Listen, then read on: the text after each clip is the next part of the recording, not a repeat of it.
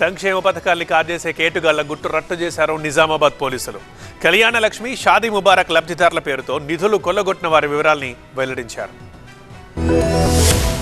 Kalyana Lakshmi, Shaadi Mubarak దరఖాస్తులపై gazetted అధికారుల సంతకం forgery కేసులో ముగ్గురిని అరెస్ట్ చేశారు నిజామాబాద్ పోలీసులు. బిక్కునూరు మండలంలో కళ్యాణ లక్ష్మి, షాదీ ముబారక్ పథకాల లబ్ధి కోసం తెలంగాణలో పలువురు లబ్ధిదారుల దరఖాస్తులపై గెజిటెడ్ ఆర్ఎంఓ సంతకం ఫోర్జరీ, నకిలీ స్టాంప్ ఉపయోగంపై కేసు నమోదు చేశారు. ఈ కేసుకు సంబంధించి డిఎస్సీ మధుసూదన్ రావు పర్యవేక్షణలో ప్రత్యేక బృందాలతో దర్యాప్తు చేపట్టారు. బిక్కునూరులో జిరాక్స్ సెంటర్ నడుపుతున్న బోయిని ప్రసాద్ ఈ కేసులో ప్రధాన నిందితుడన్నారు. ప్రాసెస్ లో ఉన్న 18 దరఖాస్తులు నిలిపివేయాలని ఉన్నతాధికారులకు చెబుతామన్నారు. సంతకాల ఫోర్జరీ, డాక్యుమెంటేషన్ చేయడం ప్రసాద్ పని. ఇతడికి కొడెంగల రాజా, రాజేందర్ అనే తండ్రి కొడుకులు అసిస్టెంట్లుగా ఉన్నారని తెలిపారు. లబ్ధిదారుల నుంచి డబ్బులు వసూలు చేయడం వీరి పని అని వివరించారు. పోలీసుల విచారణలో 52 దరఖాస్తులు నిందితుల అధికారులకు సమర్పించినట్టు వెల్లడించారు. ఇందులో 36 మంది లబ్ధిదారులకు ప్రభుత్వ ఆర్థిక సహాయం మంజూరైందని వివరించారు. మరొక 18 దరఖాస్తులు పెండింగ్ ఉన్నాయని పోలీసులు తెలిపారు. దరఖాస్తు చేసిన వాటిపై విచారణ కోసం కలెక్టర్కు నివేదిక ఇస్తామని తెలిపిన ఎస్పీ వివరించారు. లబ్ధి పొందిన 36 మంది అర్హతపై విచారణ చేయాల్సిందిగా ప్రభుత్వానికి లేఖ రాస్తానని తెలిపారు.